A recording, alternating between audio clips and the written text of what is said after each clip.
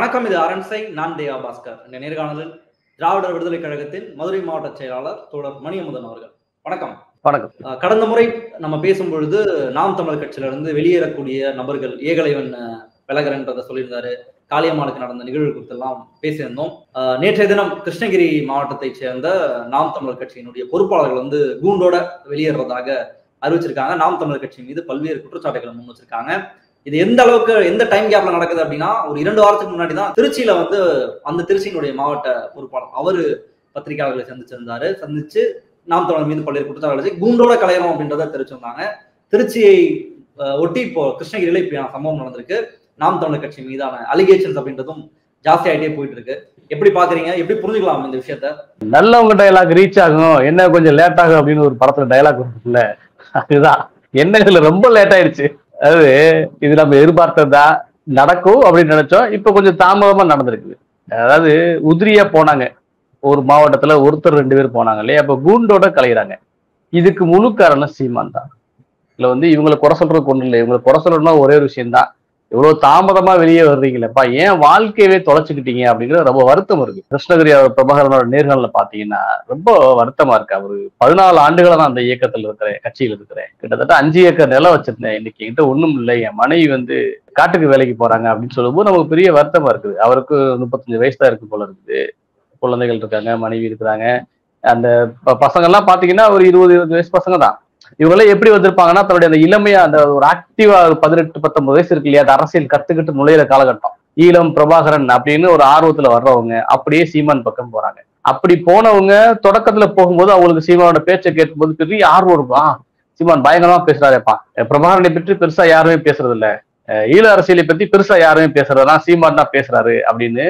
பிரபாகரன் மேல இருக்க ஒரு பற்றல, ஒரு மரியாதை இல்ல, ஈழ அரசியலுக்கு ஏதாவது ஒரு ஏற்பாடு செய்யணும் அப்படிங்கிற ஒரு எண்ணத்துல தேடி பார்க்கும்போது இவருக்கு ஒரு சாய்ஸா சீமான் கிடைக்கிறார். அதுக்கு காரணம் சீமானோட பேச்சு.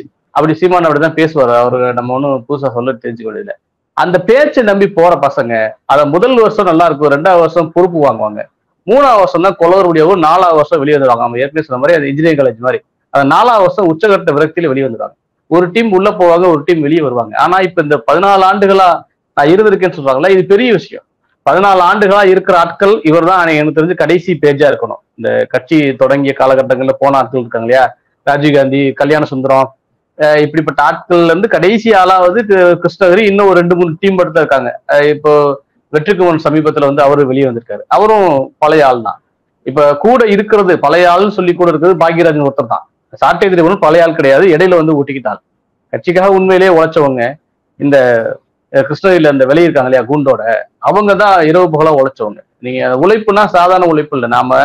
நான் கூட அடிக்கடி சொல்லுவேன், நமக்கு இந்த சித்தாந்தங்கள்ல வந்து மாற்று கருத்து இருக்கும், இவங்க பேசுற அரசியல் நமக்கு வந்து ஒரு மாற்று கருத்து இருக்கும். ஆனா இந்த தொண்டர்களை நான் வந்து எப்போதும் விமர்சனம் பண்ண மாட்டேன். ஏன்னா அவனோட உழைப்பு நமக்கு தெரியும். ஒரு கூட்டம், ஒரு சாதாரணமா நீங்க ஒரு திருமணி கூட்டம் போடுறதுக்கு, ஒரு சின்ன ஆர்ப்பாட்டம் நடத்துறதுக்கு எவ்வளவு பெரிய உழைப்பு கொடுக்கணும். ஒரு வாரம் உழைக்கணும், 10 நாள் உழைக்கணும். அதுக்கு பெரிய தொகை தேவைப்படும். அந்த தொகைக்கு நன்கொடை நீங்க வாங்கணும், 10 பேரை பார்க்கணும், அலையணும், அதுக்கு போஸ்டர் அடிக்கணும், பிளெக்ஸ் வைக்கணும், விளம்பரம் செய்யணும், காவல்துறை அனுமதி வாங்கணும், அப்புறம் ஆட்களை திரட்டணும். அந்த ஆர்ப்பாட்டம் முடிகிற வரைக்கும் அந்த நிர்வாகிக்கு பெரிய அது வந்து ஒரு எப்படா செஞ்சு முடிக்கின்ற எண்ணம் இருக்கும். அப்ப இது சாதாரண விஷயம் இல்லை. இப்ப நீங்க சமீபத்துல நாங்க ஒரு கூட்டம் போட்டோம். ஒரு கூட்டத்துக்கு வந்து ஒரு 50,000 ஆகுதுன்னு வச்சுங்களேன். அதுல வந்து எங்களுக்கு ஒரு 10,000 ரூபா தான் நன்கொடை வரும், மீதி 40,000 நாங்க தான் வந்து பங்கிட்டு இருப்போம். இப்ப நான் ஒரு 5,000 போடுவேன், இன்னொருத்தர் போடுவார், இப்படி பங்கிட்டு தான் நாங்க வந்து கூட்டங்கள் நடத்துறோம், போஸ்டர் ஓட்டுறோம், பிளெக்ஸ் வைக்கிறோம், மக்கள்கிட்ட கொண்டு போய் கருத்துல சேர்க்கிறோம் அப்படின்றப்போ அந்த வழி எனக்கு நல்லா தெரியும். நான் அதனால இந்த தொண்டர்களை யாரையுமே, அது எந்த கட்சியா இருந்தாலும் விமர்சனம் பண்ண மாட்டேன். ஏன்னா அவங்க அந்த கொள்கைக்கு உண்மையா இருக்கிறாங்க. ஆனா இதை தலைமையேற்று நடத்துகிற இந்த நபர் சீமான் அப்படிங்கிற நபர் உண்மையா இருக்கிறானா கேட்டா உண்மையா இல்லை. அதோட வெளிப்பாடு தான் இன்னைக்கு இந்த தம்பிகள் வந்து வெளியே வந்திருக்குது. ரொம்ப பரிதாபமா இருக்கு. அது நம்ம ஏற்கனவே பேசினவங்க நினைவு இருக்குது, இந்த மாவட்ட செயலாளர்களை எப்படி நடத்துக்கிறான் அப்படின்னு. அதுல அவர் சொல்றாரு பாருங்க, சந்திக்கவே முடியல, மண்டல செயலாளரால ஒரு கட்சியோட தலைமை ஒருங்கிணைப்பாளர் சந்திக்க முடியல, தன்னுடைய கருத்தை சொல்ல முடியலன்னா அதை நீங்க எப்படி எடுத்துப்பீங்க? அதை எப்படி கட்சியா மதிப்பீங்க? ஆவுன்னா திமுக அதிமுக சொல்றான் இல்லையா, திமுக குறைச்சி மதிப்பிட்டு பேசுறான் இல்லையா, திமுக என்ன கட்டமைப்பு பேசுறான் இல்லையா. நீங்க இப்பவும் திமுக ஒரு மாவட்ட செயலாளர் உடனடியா அந்த கட்சியோட தலைவர் சந்திச்சு பேச முடியும். நீங்க சாதாரணமா வந்து இப்போ மதுரையில் ஒரு மாவட்ட செயலாளர் திமுக இருக்காருன்னா அவர் போய் நேரடியாக முதலமைச்சர் சந்திச்சு பேச முடியும், உதவி சந்திச்சு பேச முடியும். ஏன்னா அவர்களுக்கு தெரியும் அந்த மாவட்டத்தையே தாங்கி நிற்பது, அங்க நல்லது கெட்டவரையும் பாக்குறது மாவட்ட செயலாளர் அப்படின்னு. அப்படிப்பட்ட நபர்களே நீ கிட்டக்க சேர்த்துக்காம இருக்கிற அப்படின்னா இது எவ்வளவு பெரிய அயோக்கியத்தை. அவர் சொல்றாரு, நாங்க பேசணும்னு நினைச்சா பதில் இருக்காது, போன் பண்ணுவோம் பதில் இருக்காது, 10 நாள் 20 நாள் கழிச்சு ஒரு வாய்ஸ் மெசேஜ் வாட்ஸ்அப்ல போடுவான்னு சொல்றாங்க. அந்த கட்சியே தூணா இருக்கிற தம்பிகள்கிட்ட போன் எடுத்து பேச கூட நேரம் இல்லை உனக்கு. நீ என்ன கட்சி என்ன நடத்துற? வருவாரு, ஒரு கூட்டம் போட்டா நேரா வருவாரு, ரூம்ல போய் கதவை அடைச்சுப்பாரு, கூட்டம் நடக்கும் போது வெளியே வருவாரு, நாங்கெல்லாம் வெளியே காத்து கிடப்போம் அப்படின்றாங்க. இப்படி ஒரு கட்சி எங்கேயுமே நடக்காதுங்க. நீங்க இவருதான் திமுக பற்றி பேசுவதற்கு, அதிமுக பற்றி பேசுவதற்கு என்ன யோக்கியதை இருக்கு? நீங்க இப்பவும் நமக்கு எடப்பாடி பழனிசாமி மாற்றுறது இருந்தா கூட அந்த மாவட்ட செயலர் வச்சா எடப்பாடி சந்திக்க முடியும். ஆனா இங்க என்ன நடக்குது? இங்க எல்லாமே ஒரு 4 பேர் கட்டுப்பாட்டுல இருந்துச்சு. அந்த 4 பேர் பாக்கியராஜ் உட்பட 4 பேர் கட்டுப்பாட்டுல இருக்கு. ஏன் சீமான் இதை பண்ண மாட்டாரு? மாவட்ட செயலாளர்களையோ சந்திக்க ஏன் மறுக்கிறாரு? ஏன் என்ன பிரச்சனை வருது? ஏன் சந்திக்கணும்? ஏன் சந்திக்கணும்? நீ தேவையில்லை எனக்கு. நீ வளர்ந்துடுற, நீ வளர்ந்துட்டு எனக்கு போட்டியெல்லாம் வர்ற. ஒரு மாவட்டத்துல நீ வளர்ந்துட்டு நிறைய வேலைகள் பார்த்தனா மீடியால காட்டுறாங்க, மக்கள் மத்தியில உன் பேரை அறிமுகப்படுது, அடிபடுது. அப்ப நீ எனக்கு இணையா வந்துடுற, இல்ல ஒன்னு இருக்கு நான் பார்க்கணும், அதனாலதான் உன்னை ஓரமா வைக்கிறேன். நீ கட்சிக்கு மட்டும் வேலை பாரு, நீ பிசுறு, நீ கட்சிக்கு மட்டும் வேலை பாரு, அந்த வேலையை வச்சுக்கோ. என்ன சந்திக்கணும், என் கூட போட்டோ எடுக்கணும், என் கூட நிக்கணும் நினைக்காத. எத்தனை பொறுப்பாளர்கள் மாநில மாவட்ட பொறுப்பாளர் இன்னைக்கு ஓரம் கட்டப்பட்டிருக்காங்க. லிஸ்ட் போட்டா பெரிய லிஸ்ட் வரும். இவர் துரோகின்னு அந்த ஆடியோல துரோகின்னு சொல்லி சொல்றாரு, அவர் அதை குறிப்பிட்டிருக்காரு. கல்யாண சுந்தரமும் ராஜீவ்காந்தி துரோகம் பண்ணாங்க. உனக்கு என்னப்பா துரோகம் பண்ணாங்க? ஒரு துரோகம் பண்ணல. இவருக்கு நம்பிக்கைக்குரிய ஆளு இந்த பாக்யராஜ் சாட்டை திருமணம் தான். பாக்யராஜனோட முக தெரியாது, வெளியே தெரியாது. ஆனா அவர் தான் இயக்குபவரா இருக்காப்ல. இந்த பாஜகவுல கேசவநாத் யாருக்குமே தெரியாது முதல்ல, ஆனா அவர் தான் எல்லா வேலையும் பார்த்துருப்பாப்ல. அந்த மாதிரி இங்க வேலை. அப்ப இது பெரிய விஷயங்க. நம்ம சாதாரணமா நம்ம வந்து சிரிக்க கூட, எனக்கு நான் நினைச்சேன் இதை பத்தி பேசும்போது கேலி கிண்டலா பேசலாமான்னு யோசிச்சா அது வரமாட்டேங்குது. ஏன்னா அவங்க வந்து ரொம்ப வருத்தத்தோட பதிவு பண்றாங்க. ஒரு இளைஞர் கூட்டம் ஒரு அரசியல்ல உள்ள வரணும் அப்படின்னு வர்றான். உள்ள அரசியலுக்கு வர்றதுன்னா ஏதோ ஒரு அரசியலுக்கு போவோம், ஒரு மாற்றத்தை சமூகத்துல உண்டாக்கும் வரும்போது இவன் கண்ணுக்கு வந்து சீமான் படுறான். சீமான்ட்ட போய் வாழ்க்கையை நாசமாக்கிறான். எந்த ஜென்மத்துல அவர் வாயில இருந்து எப்படி வருது பாருங்க. எந்த ஜென்மத்துல செஞ்ச பாவம் இன்னைக்கு வந்து உங்ககிட்ட வந்து நாங்க கஷ்டப்பட்டிருக்கோம் அப்படின்றாப்லாம். அப்ப எவ்வளவு வலியோட பேசியிருப்பாரு. ஒரு மாவட்ட பொறுப்பாளர், மண்டல பொறுப்பாளர் சந்திச்சு உன்னால ஏன் பேச முடியல? அவருடைய சிக்கலை. அதுல ரொம்ப முக்கியமான விஷயம், ஆவுன்னா மண்ணின் மைந்தன் சொல்லிக்கிறீங்க. எங்கேயோ இருக்க ஒரு மாவட்டத்தை சேர்ந்த ஒரு ஆளு என் மாவட்டத்தை வேட்பாளர் போடுறீங்க, என்கிட்ட கேட்க மாட்டேன்னு சொல்றாரு. இது நியாயமான கேள்வி இல்ல. இப்ப மதுரையில ஒரு வேட்பாளர் நிறுத்துறீங்கன்னா அவர் மதுரைக்கு அறிமுகமான ஆற்றா இருக்கணும், அல்லது குறைந்தபட்ச அறிமுகமானால் இருக்கணும். அப்படி இல்லைன்னா கூட இங்க இருக்க எல்லாருமே, எல்லா மாவட்ட பொறுப்பாளர்களும் அந்த வேட்பாளருக்கு ஆதரவு கொடுக்கணும். அதை செய்யறதே இல்லையே. கோயம்புத்தூர்ல இருக்க ஆளை கொண்டு போய் நீ கிருஷ்ணகிரியில வேட்பாளரை போடுற. அவங்களுக்கு எப்படி தெரியும் கிருஷ்ணகிரி பத்தி? ஆகுனா திமுக அதிமுக சொல்றேன் இல்ல, திமுக அதிமுக செய்யறது நீ செஞ்சுன்னா அப்ப நீ என்ன மாற்றத்துக்குரிய கட்சி? நீ என்னத்த மாற்றத்தை கிளிக்க போற? காளியம்மாலாம் வந்து 1000 ரூபாய்க்கு பிறந்தவங்க அப்படிலாம் பேசினாங்க. இன்னைக்கு அவங்க நிலைமை என்னாச்சு? கட்சிக்கு பெரிய விசுவாசமா இருக்க போறத நினைச்சு பேசினவங்க இன்னைக்கு அவங்க அவமானப்பட்டிருக்காங்க. தம்பிக்கு சொல்றாங்க பாருங்க, காளியம்மாவை ஏன் ஓரம் கட்டின? ஏன்னா காளியம்மா வளர்றது பிடிக்கல, ராஜீவ்காந்தி வளர்றது பிடிக்கல, கல்யாண சுந்தரம் வளர்றது பிடிக்கல. இன்னைக்கு அவங்க வேற ஒரு கட்சியில போயிட்டு அவங்களுக்கு ஒரு நல்ல மரியாதை கொடுக்கப்பட்டிருக்கு, அந்த கட்சியில இருக்காங்க. இந்த கிருஷ்ணகிரியை சேர்ந்த இவங்களும் வெளியே போறாங்க, திருச்சியில இருந்து வெளியே போறாங்க, இன்னும் பல்வேறு மாவட்டங்கள்ல வரும். இவர்கள்லாம் உண்மையா உழைப்பு கொடுத்தவங்க. 14 ஆண்டுகளா கட்சிக்கு உழைச்சு ஓடா தேஞ்சு இந்த கட்சி தான் நமக்கு எல்லாம் அப்படின்னு அவர் சொல்றாரு பாருங்க. என் மனைவி குழந்தைய கூட நாங்க வந்து சந்திக்க நேரம் இல்லாம கட்சிக்கு வேலை பார்த்திருக்கோம் அப்படின்னு சொல்றாரு. உண்மைதான். அம்மா உணவகத்துல சாப்பிட்டோம், அம்மா உணவகத்துல சாப்பிட்டு நாங்க கட்சி வேலை வைப்போம் அப்படின்றாப்ல. இந்த தம்பிகள் வந்து அம்மா உணவகத்துல சாப்பிடுவாங்க, நொன்ன ரேடிசன்ல ரூம் போட்டுல சரக்கடிப்பாரு. 2 லட்சம் ரூபாய்க்கு வாடகை கொடுக்குற நீ, 15 பேர் வேலைக்கு ஆள் வச்சிருக்க நீ அப்படின்னு கேட்கிறாப்ல. அது சரிதானே? நான் சம்பாதிக்கிறேன், எனக்கு ஒரு வருமானம் வருது, நான் என்ன வேணாலும் பண்ணேன், என்ன நீங்களே யாரோ கேட்க முடியாது. நான் எந்த கட்சியில இருந்தாலும் எந்த இயக்கத்திலும் யாரும் கேட்க முடியாது, என்னுடைய வருமானம் பார்க்கணும். ஆனா நான் ஒரு இயக்கத்தோட பேர் சொல்லி நான் அது பண்ண போறேன் இது பண்ண போறேன்னு சொல்லி திரள்நிதியை வாங்கிட்டு அதுல சொகுசா வாழ்ந்தா, அதுல காரு பங்களான்னு வாடகை 2 லட்சம் கொடுத்தா தப்பு இல்லை, அயோக்கியத்தனம்ல. அந்த அயோக்கியத்தனத்தை சீமான் செஞ்சுட்டு இருக்கான். அதை முதல் முறையா நாம் தமிழர் கட்சியிலிருந்து பகிரங்கமா ஒரு ஆள் சொல்லியிருக்காப்ல, 2 லட்சம் ரூபாய்க்கு உனக்கு வீடு இருக்கு, 15 பேர் வேலையாள் இருக்குன்னு கேட்கிறாப்புல. நீங்க பெரிய பெரிய தொழிலதிபர்கள் எல்லாம் கோடீஸ்வரர் இருக்காங்க. எங்க ஊர் பக்கம்ல மதுரையில கிரானைட் தொழில் வந்த பிறகு எல்லாருமே கோடீஸ்வரர் ஆயிட்டாங்க. சில பேர் அந்த தொழில உள்ள போன எல்லாருமே கோடீஸ்வரர்கள் ஆயிட்டாங்க. போய் பாத்தீங்கன்னா ஒரு 4 வேலையாளர் இருப்பாங்க. சமைக்கிறதுக்கு ஒரு ஆளு, பாத்திரங்கள் கழுவுறதுக்கு ஒரு ஆளு, கூட இருக்கிறதுக்கு ஒரு ஆளு, செக்யூரிட்டிக்கு ஒரு ஆளு, இவ்வளவுதான் இருப்பாங்க. கோடிக்கணக்குல ஒரு ஆண்டுக்கு 50 கோடி 100 கோடி சம்பாதிக்கக்கூடிய தொழிலதிபர்கள் கூட வீட்டுல 4 பேர் வச்சிருக்காங்க. உனக்கு என்ன வருமானம் இருக்கு? நீ என்ன படம் எடுக்கிறியா? நீ படம் எடுத்தே 10 வருஷத்துக்கு மேலாச்சு. இப்ப என்ன படம் எடுத்திருக்க?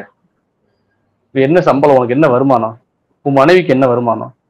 உங்ககிட்ட ஒரு ப்ராப்பர்ட்டி இருக்கு, உங்ககிட்ட ஒரு சொத்து இருக்குது, சொத்து வச்சிருக்கு, அதன் மூலம் உங்க வருமானம் வருது, அவ்வளவுதானே. அப்ப இந்த இந்த 15 பேருக்கு எப்படி சம்பளம் தர்ற? 2 லட்சம் எப்படி வாடகை கொடுக்குற? இது மட்டுமே 4 லட்சம் 5 லட்சம் ஆச்சுல. மாதம் 5 லட்சம் உன் வீட்டுக்கு மட்டுமே எப்படி நீ செலவு பண்ற? எப்படி செலவு பண்ற? இந்த திறனில் தான் செலவு பண்ற. அவங்களுடைய மனைவி வந்து முன்னாள் சபாநாயகனுடைய பொண்ணு அவங்க. அண்ட் அவங்களுக்கு இந்த மாதிரி நீங்க சொன்ன மாதிரி ப்ராப்பர்ட்டிஸ் எல்லாம் இருக்கு. அண்ணனை வந்து பாத்துட்டு போக நிறைய பேர் அந்த வீட்டுக்கு வருவாங்க, கட்சிக்காரங்க போவாங்க, கட்சிக்காரங்க தங்குறதுக்கும் அங்க வாய்ப்பு இருக்கு. சோ இதெல்லாம் பண்ணும் பொழுது இவ்வளவு பேர் அந்த வீட்டுல இருக்கதான் செய்வாங்கன்னு சாட்டா சொல்றாரு. நான் என்ன கேட்கறேன்னா, உங்க நொண்ணை மட்டும் தலைவர் இல்லை, உங்க நொண்ணன மாதிரியே நிறைய தலைவர்கள் இருக்காங்களா? அந்த தலைவர் வீட்டுக்கு போமா, அங்க எத்தனை வேலையாட்கள் இருக்காங்கன்னு தெரிஞ்சுப்போமா? அதை நீ பேச தயாரா இருக்கியா?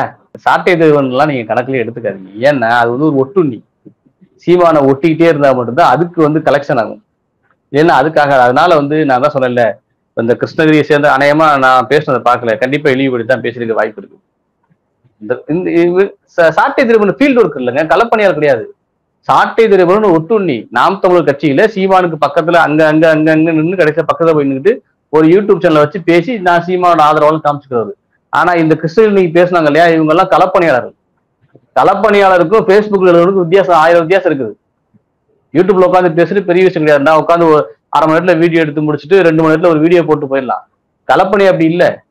மழை வரும், வெயில் வரும், காவல் நிலையத்துக்கு ஓடணும், நாயா ஓடணும், கலெக்டர் ஆஃபீஸ் ஓடணும், போலீஸ் ஸ்டேஷன் ஓடணும்,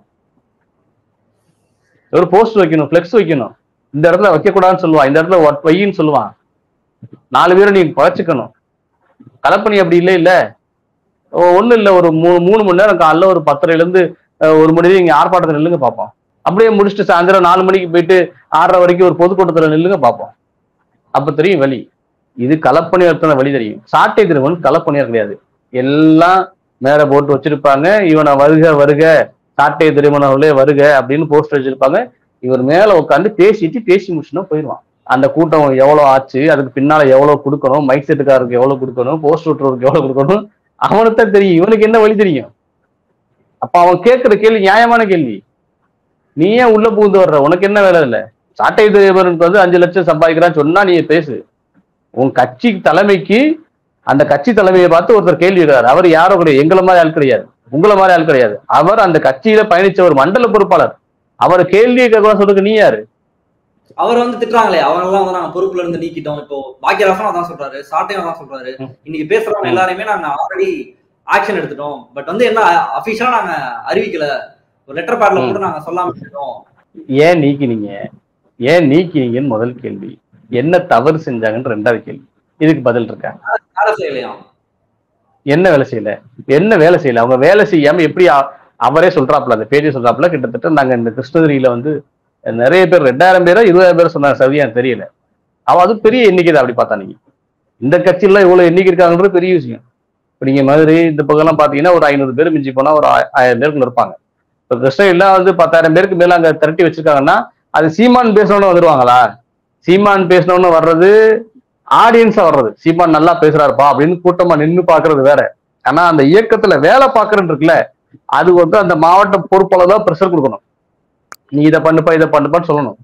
இவங்களுக்கு ஒரே சினிமா சீமான் முகத்தை காமிச்சா போதும், சீமான் பேச்ச கேட்டா போதும், கட்சியில ஆள் சேருவாங்க, ஓட்டு போடுவாங்கன்ற நினைப்பு இப்போ வரைக்கும் சீமான் இருக்கு. அது உண்மைதான். நம்ம ஏற்கனவே சொன்ன மாதிரி இது இன்ஜினியரிங் காலேஜ்ல 4 வருஷம் முடிஞ்சோன்னா போயிடுறான், அடுத்து ஒரு 4 வருஷம் 100 டீம் வந்துடுறான்ல. இந்த தைரியத்துல இந்த நம்பிக்கையில தான் சீமான் இத்தனை ஆண்டுகளா ஆடினாரு. ஆனா இனி முடியாது. சீமானுக்கு இந்த செக் வைக்கப்பட்டிருக்கு. ஏன்னா சரியா என்ன 1.5 வருஷம் தேர்தல் இருக்கு.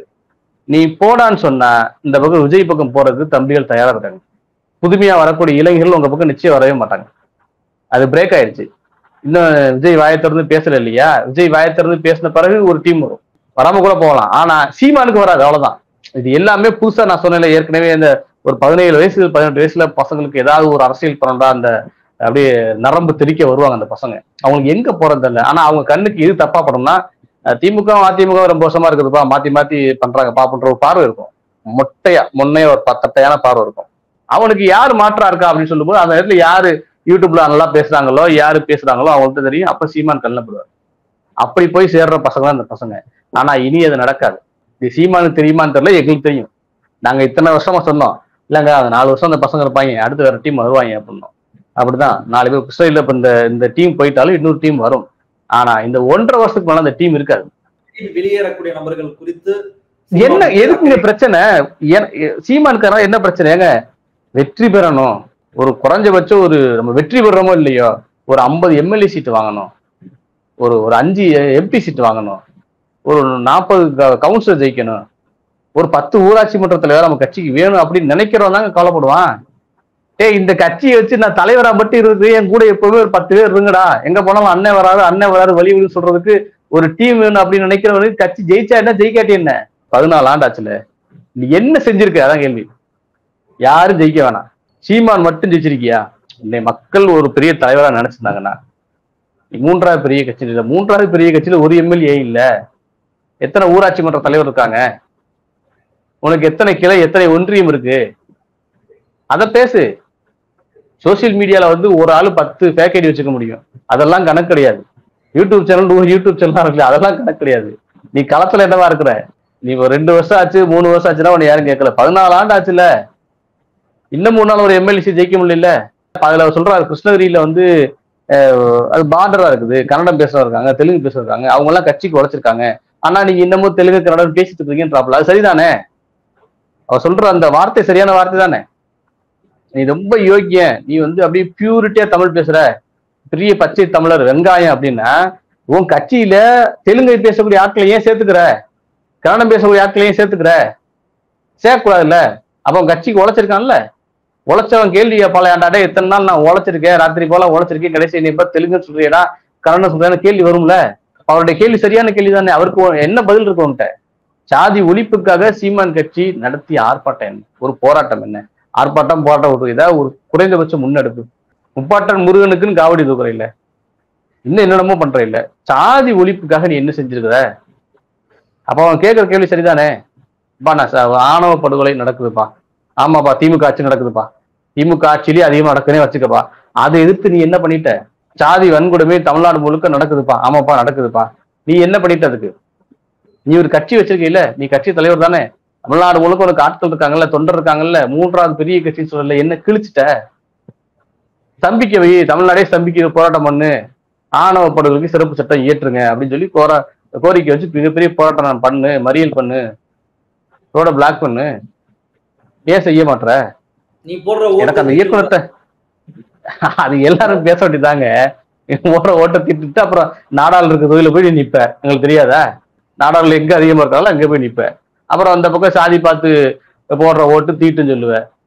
இதெல்லாம் வந்து ஊரை ஏமாத்திக்கிற வேலைங்க, தெரியாதா? நான் என்ன சொல்றேன்னா, குறைந்தபட்ச நேர்மை கூட இல்லாத ஒரு மனிதர் அப்படின்னு நீங்க ஒரு பட்டியல் போட்டீங்கன்னா அதுல முதல் இடத்துல இந்த சீமான் தான். மிகப்பெரிய அயோக்கியன் அப்படின்னு ஒரு பட்டியல் போட்டீங்கன்னா அதுல முதல் இடத்துல சீமான் தான். சொந்த கட்சி சொந்த தொண்டர்களை ஏமாற்ற நபர் அரசியல் லிஸ்ட் போட்டீங்கன்னா அதே முதல் இடம் தான் சீமான். எல்லாத்துலயுமே நம்பர் 1 டுபாக்கூர் நானா அப்படின்ற மாதிரி எல்லாத்துலயும் நம்பர் 1 தான், நம்பர் 2 கூட கிடையாது. ஆனா இவன் பேசுற பேச்சை வச்சு மக்கள் நம்ப வைக்கல அப்படின்னு ஒரு சோசியல் மீடியால பயன்படுத்தி பண்றாங்க. அதுல இந்த இளைஞர்கள் அப்பாவி இளைஞர்கள் போய் விழுந்துட்டாங்க. ஆனா என்ன ஒரு நல்ல விஷயம் அப்படின்னா, போனவங்க நிறைய பேர் வெளியேறிட்டாங்க. எனக்கு தெரிஞ்ச மாதிரி நிறைய தம்பிகள் இருக்காங்க.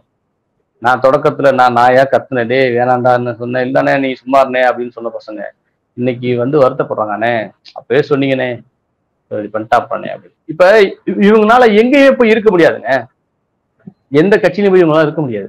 எல்லாரையும் பகச்சுக்கிட்டாங்க. திமுக திட்டிருப்பான், அதிமுக திட்டிருப்பான், எல்லாரையும் திட்டிருப்பான். அவன் போய் இருக்கவே முடியாது, இந்த கட்சியில் இருக்க முடியாது, மதிக்க மாட்டாங்க. சிவகங்கையில நம்ம நண்பர் ஒருத்தருக்கு கடுமையா உழைச்சவர், இந்த கட்சிக்காக உழைச்சவர், இரவு பகல் பார்க்காம உழைச்சவர், போற போக்குல தூக்கி போட்டாங்க, வெளியே வந்திருக்காப்ல, இன்னைக்கு கம்யூனிஸ்ட் கட்சியில போய் சேர்ந்திருக்காப்ல. இல்ல இப்ப சாட் ஒரு வீடியோ போட்டிருக்காரு, அதுல என்ன சொல்றாங்க, வெளியே வந்த நபர்கள் பத்தி எல்லாம் பேசுறாரு. அதுல 2 கேள்வி இருக்கு எனக்கு. முதல் கேள்வி வந்து பயங்கரமா வந்து இப்ப வெளியே வந்த நபர்கள் இவ்வளவு நாள் கட்சிக்காக வேலை செஞ்சவங்க, கிட்டத்தட்ட 14 வருஷம் வேலை பார்த்தோன்னு ஒருத்தர் சொல்றாரு. திருச்சியில வந்தவரும் கிட்டத்தட்ட அவர் கூடவே பயணம் செய்த நபர் அப்படின்றதெல்லாம் பதிவு பண்றாங்க. இப்ப அவங்களே வந்து திட்டுறாங்க, அவங்க வந்து நீங்க என்ன பண்ணிட்டீங்க, நீங்க வேலையை செய்யாம உட்கார்ந்துட்டு இருந்தீங்க, சீமான் மாவட்டத்துக்கு வந்தா கூட நீங்க வந்து பாக்கல, வேலை செய்யாம பெஞ்சு தேய்ச்சிட்டு நீங்க உட்கார்ந்துட்டு இருந்தீங்க, அதனால வந்து உங்களை கட்சியில இருந்து தூக்கிட்டாங்கன்னு இவ்வளவு நாள் கட்சியில வேலை செஞ்ச நபரை இப்படி அபியூஸ் பண்றதை நம்ம எப்படி புரிஞ்சுக்கலாம்? இப்ப திமுகல இருந்து கூகா செல்வம் பாஜகவுக்கு போனாரு. இப்ப கூகா செல்வம் பாஜகவுக்கு போனதை பத்தி உதயநிதி கேட்டாங்கன்னா, போயிட்டாருங்க, ஏதோ ஆசைப்பட்டிருக்காரு, போயிட்டாரு, போகட்டும் அப்படின்னு வாழ்த்துக்கள். இப்போ அன்வர் ராஜா அதிமுக இருந்து நீக்கப்பட்டாரு. உடனே அவர் வெளியே போயிட்டாரு. அபியூஸ் அப்படின்றது அதிமுக நடக்கல. திரும்ப அன்வர் ராஜா ஒரு பாயிண்ட்ல மீண்டும் அதிமுக வராரு. இங்க அதிமுக திமுக போறவங்க, திமுக இங்க வரவங்க எல்லாரையும் போனாங்கன்னா சரி போகட்டும் பேசுறோம்னு விட்டு கடந்து போறதா நம்ம பார்த்திருக்கோம். இவ்வளவு இப்போ பெரியார் இயக்கத்தை சேர்ந்தவர்களை விமர்சிக்கிறத இல்ல உங்களை விமர்சிக்கிறத இல்ல தோழர் சுந்தரவெளியை விமர்சிக்கிறாங்கன்னா அதை புரிஞ்சுக்க முடியுது. கருத்தியல் ரீதியாக எதிரில் இருக்கீங்க, உங்களை அபியூஸ் பண்றாங்கன்னு புரிஞ்சுக்க முடியுது.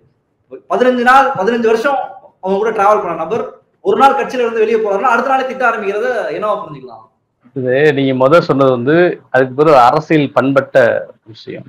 நம்ம கட்சியில் நம்ம கூட ரொம்ப வருஷம் பயணிச்சவர் ஏதோ ஒரு மாற்று கருத்தை ஏதோ ஒரு பிரச்சனைல இன்னொரு கட்சிக்கு போறாரு, இல்ல கட்சியில நீக்கப்படுறாரு, சரி நல்லபடியா நீங்க போங்க, நீங்க இருக்க இடத்துல நல்லபடியா இருங்க அப்படின்னு சொல்றது ஒரு பண்பட்ட விஷயம். இது எப்படின்னா இது ஒரு வன்மம். இன்னொன்னு சீமானுக்கு காக்கா பிடிக்கிற வேலை, சொம்பு தூக்குற வேலை.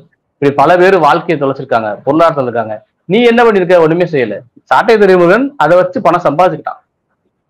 சீமான் பேரை சொல்லி, பிரபாகரன் பேரை சொல்லி, தமிழ் தேசியம் பேரை சொல்லி, ஈழத்தின் பேரை சொல்லி பணம் சம்பாதிச்சுட்டான். தன்னை ஒரு பெரிய யூடியூபரா காமிச்சுக்கிட்டான். இன்னமும் அதை தக்க வச்சுக்கிறதுக்கு சீமான் தேவைப்படுறாங்க. அதனாலதான் மற்றவங்க எல்லாம் என்ன அவங்க பக்கம் நியாயம் இருந்தாலும் இல்ல சீமானை எதிர்த்துட்டாலே அவர்கள் அயோக்கியம் அப்படின்ற மாதிரியான விஷயத்த பரப்புறது. அதனாலதான் சாட்டை துரைமுருகன் இந்த பக்கம் பேசுறாங்க. அவங்க எல்லாரும் சேர்ந்து ஒரு இயக்கம் ஆரம்பிக்க போறாங்கன்ற மாதிரியான ஒரு விஷயத்தை கொடுக்குறாரு சாட்டை. இவங்க எல்லாம் சேர்ந்து ஆரம்பிக்க போறாங்க, அப்பெல்லாம் ஆரம்பிச்சாலும் எங்களை எதிர்க்க முடியாதுன்ற மாதிரி பேசுறதை பார்க்க முடியுது. ஏன்னா பல நபர்கள் இந்த தமிழ் தேசிய சீமான் கூட சேர்ந்து அதுல வெளியேறிய நபர்கள்ல நீங்க வெற்றிக்குமரன் சொன்னீங்க, அவரும் எந்த இயக்கத்திலையும் சேராம அப்படியே இருக்காரு. அடுத்து இப்போ அந்த கிருஷ்ணகிரி போயிருக்கு, திருச்சி, அடுத்த அக்காவும் போயிருவாங்கன்ற மாதிரி இப்படி நிறைய விஷயம் நடந்திருக்கும் போது இது இன்னொரு பேரலா இன்னொரு அவங்க என்ன கொள்கை கொண்டு வந்தாங்களோ அந்த கொள்கையாக நம்ம ஒரு கட்சியை ஆரம்பிக்கணும், எல்லாரும் அமைப்பையாவது ஆரம்பிக்கணும்ன்ற அளவுல அமைக்கிற மாதிரி சாட்டை சொல்லிட்டு இருக்காரு. அதற்கான வாய்ப்பு இருக்குமா? இதை எப்படி புரிஞ்சுக்கலாம்? அவங்க ஒரு கொள்கைக்காக போறாங்க, அது வேலை ஆவல, அங்க அவங்க நம்பி போனது எதுவுமே நடக்கல, அவங்க இன்னொன்னா ஃபார்ம் பண்றதுக்கான வாய்ப்பு இருக்குன்றதும் பார்க்கப்படுது. நீங்க தேர்தல் அரசியல் கட்சிக்கு போயிட்டீங்கன்னா மறுபடியும் இயக்க பாதைக்கு வர்றது உங்களுக்கு ரொம்ப சிரமம். இவங்க இயக்கமாவே ஒரு தமிழ் தேசிய இயக்கமாவே இருந்து அதை நடத்தினாங்கன்னா நீ போனா பரவாயில்லன்னு அவங்க இன்னொரு இயக்கம் ஆரம்பிச்சு அவங்க புதுசா கட்டமைச்சு வேலை வைப்பாங்க. நீங்க தேர்தல் கட்சி வேற மாதிரி இருக்குங்க. நீங்க கூட ஒருத்தர் எப்பவும் இருப்பான், கூட ஒருத்தர் கார்ல வருவான், அது ஒரு மாதிரி நல்லா ஜாலியா இருக்குன்னு வச்சுக்கோங்களேன். அப்படி இருந்துட்டு நீங்க இயக்க பாதைன்றது ரொம்ப சிரமமா இருக்கும். ஒரு இயக்கத்தை கட்டமைக்கணும், யாரும் மதிக்க மாட்டாங்க, மக்கள் நம்ம சொல்றத காது கொடுத்து கேட்க மாட்டாங்க. இதுக்கு இடையில மக்களை சந்திச்சு பேசி அவங்களை காது கொடுத்து கேட்க வச்சு நம்ம கருத்தை உள்ள கொண்டு போய் சேர்த்து இது பெரிய விஷயம். இப்படி ஒரு தாக்கு பிடிப்பாரலாம் அப்படின்றது எனக்கு தெரியல. அவங்களுக்கு அந்த இருக்கலாம், ஒருவேளை அவங்க அப்படி நல்ல ஒரு டீமை ஃபார்ம் பண்ணி தமிழ்நாடு முழுக்க ஒருங்கிணைச்சு செஞ்சா நிச்சயமா செய்யறதுக்கான வாய்ப்பு இருக்கு. எந்த கட்சி ஆரம்பிச்சாலும் நம்ம அதை வாழ்த்த வேண்டியது நம்முடைய கடமை, அது பிரச்சனை இல்லை. ஆனா சீமானுக்கு இணையாக இவங்களால வளர முடியுமா, வேலை பார்க்க முடியுமா அப்படின்னு கேட்டா அது பெரிய சவாலான விஷயம் தான். அப்படி கட்டமைச்சா நல்ல விஷயம் தான். ஆனா அப்படி கட்சி தொடங்குறவர்கள் இந்த சீமானை போல சங்கித்தனமான இல்ல பிற மொழியாளர்கள் சொல்லி மற்றவங்களே தாக்குகிறது, அநாகரிகமா நடந்து கொள்வது, இந்த தமிழர் டெஸ்ட் எடுக்கிறது, இப்படியான விஷயங்கள்லாம் விட்டுட்டு தமிழ்நாட்டுல என்ன பிரச்சனை போகுது, தமிழர்களுக்கான உரிமையை பற்றி பேசுறது, இங்க நடக்கக்கூடிய சாதிய பிரச்சனைகள், பெண்ணடிமை பேசினா நம்ம அவங்களை ஆதரிக்கலாம்.